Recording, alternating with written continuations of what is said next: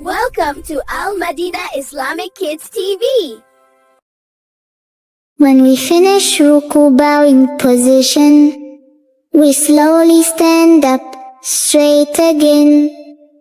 This is a very special moment in Salah because we are moving from bowing to standing and continuing our prayer while remembering Allah.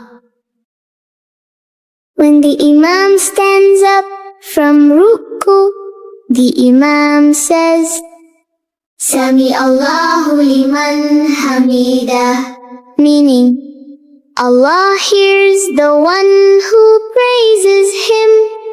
This teaches us that Allah hears our prayers, our praise, and our thanks.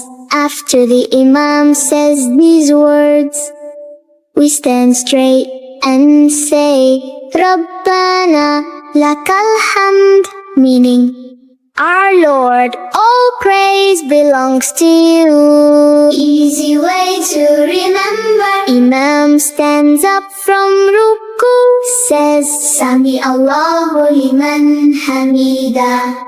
We stand and reply, say, Rabbana Lakal Hamd. Salah is a beautiful conversation where we remember Allah, thank Him, and praise Him with our hearts. Like, share, and subscribe to my channel.